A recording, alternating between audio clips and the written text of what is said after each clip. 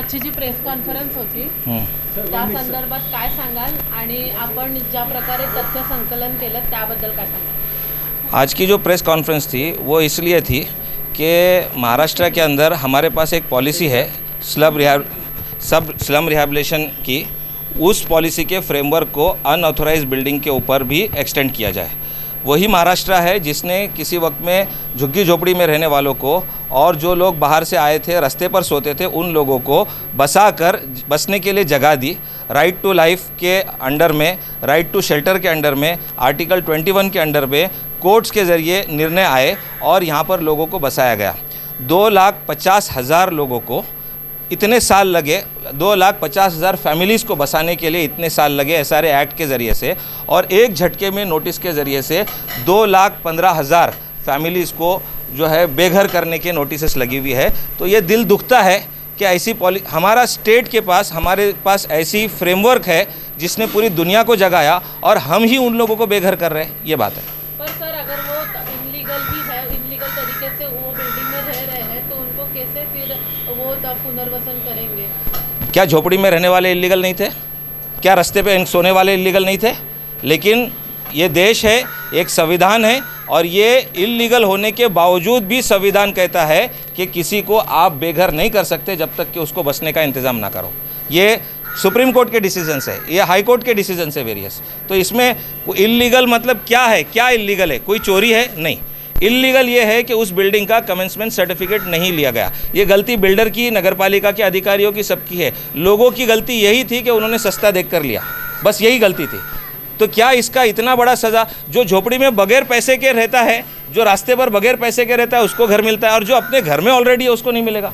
Sir ऐसे अधिकारियों के बारे में क्या कार्रवाई होनी चाहिए, आपको क्या लगता है? जो भी अधिकारी इसमें इन्वॉल्व हैं, हमारे पास कोई स्टैटिस्टिक्स नहीं है, लेकिन ये बात तय है कि जितना इलीगल काम हुआ है महाराष्ट्र भर में, बहुत ही कम अधिकारियों के खिलाफ कार्रवाई हुई है या सस्पेंशन हुआ है। अगर सस्पेंशन भी हुआ है तो बहुत शॉर्ट में उनको रिवोक किया गया है।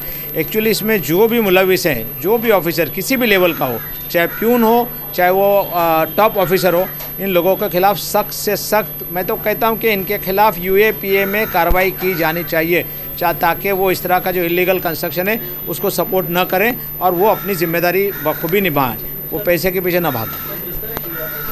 आने के बाद ना इलीगल झोपड़ियाँ बनाना बहुत ज़्यादा चालू हो गया। उस तरह अगर आप ये कायदा लाने की कोशिश करें तो इलीगल बिल्डिंग का भी ज़्यादा हो जाएगा। आपको नहीं, एक मिनट मैं बताता हूँ। ऐसा आपने जो सवाल पूछा ना, वो आप जब से झोपड़ों का जो बनने का जो ट्रेंड है ना, वो वही है। SRA पॉलिसी आने के बाद झोपड़े बनने बढ़ गए या उसका परसेंटेज बढ़ गया, ऐसा नहीं है। एक फ्लो है, लोग बाहर से आते हैं, झोपड़े बनाते हैं अमुक। देखा जाए हाँ, झोपड़े बनने का मैं बता रहा हूँ। इस गवर्नमेंट ने 95 की पॉलिसी लाई कि प्रायर टू 95, फिर 2000 का लाया कि 2000 के पहले जिनका है, फिर सरकार ने 2011 का लाया है, लेटेस्ट में है वो। तो उसका फ़ायदा लेने की कौन कोशिश करता है, मैं आपको बताता हूँ। एक आम शहरी नहीं, जो स्लम लॉट्स हैं, जो झोपड़े बनाते हैं, जो झोपड़े बेचते हैं, जिनको पॉलिटिकल बैकिंग है, वो लोग ये कर रहे हैं। ऐसे लोगों के खिलाफ कार्रवाई की जानी चाहिए। इनके खिलाफ इनके खिलाफ एक एक्ट भी है, स्पेशल एक्ट है, उसके खिलाफ इन लोगों को अरेस्ट किया जा सकता है। मैं आपके सवाल को और एड्रेस करता हूँ। जो SRA आने के बावजूद भी झोपड़े बंद रहे ना, उनको अब तक रोका क्यों नहीं गया? सवाल ये है। तो इलीगल, हमारा ही सवाल है ये, ठीक है, उनको रोकने के लिए। प्लस इलीगल बिल्डिंग जो बनी है वो आगे और नहीं होना चाहिए। हमने कॉन्फ्रेंस में पूरा बताया कि अभी भी 10,000 के आसपास बिल्डिंगें हैं जो इलीगली बन रही है। तो उस जब बोल दिया आंकड़ा, तो आप उसको तहकीक करो, बिठाओ कमीशन, बिठाओ कमेटी, लगाओ खर्चा, आपको पता चलेगा कितनी इलीगल बिल्डिंग आज बन रही है। तो नहीं बनना चाहिए और बन रही है, यही सवाल को लेकर तो हम यहाँ आए। तो हम इसका जवाब नहीं देंगे कि क्यों हो रहा है, वो तो सरकारी जवाब देंगे। सर वसई विरार में अनिल पवार, इनके ऊपर भी कार्रवाई हुई थी क्योंकि वो जो इलीगल बिल्डिंग थे उसमें उनका हाथ था, तो उसके बारे में आप क्या कहेंगे? पर्सनली, व्यक्तिगत मेरे को नहीं किसी के बारे में कुछ बोलना है या मुझे नहीं कुछ ये करना है। इलीगल बिल्डिंग बन रही है तो उसको रुकना है, कोई भी रहो। आयुक्त को कार्रवाई करनी पड़ेगी और उसको नहीं कर रहे हैं तो सरकार को एक्ट लाना पड़ेगा कि कार्रवाई करो। रोकना ये ये जो इलीगल बिल्डिंग को रोकना ये सेकेंडरी कार्रवाई है, होनी चाहिए, लेकिन प्राइमरी कार्रवाई आज ये होनी चाहिए कि जो तोड़न कार्रवाई हो रही है वो रुकना चाहिए। ये मैसेज लेकर इतने जल्दी में हम यहाँ आए, उसको रोकिए।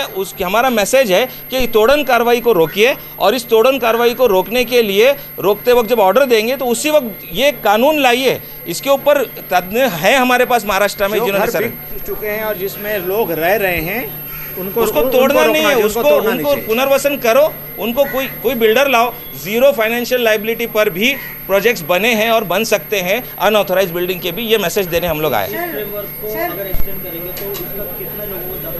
बहुत ज़्यादा फ़ायदा होगा। चालियाँ, बहुत सारी पगड़ी की चालियाँ, बहुत सारी मालकी हक की चालियाँ और इलीगल बिल्डिंग जितने भी हैं, ये सारे लोग, ये जो आज टूटा खंडर पड़ा है ना बम्बई, फ्रेमवर्क में नहीं बैठता है, इसलिए नहीं। अगर एक फ्रेमवर्क ऐसा लाते हैं जिसमें इनको भी ये मिले तो ये पूरा शहर जगमगाएगा।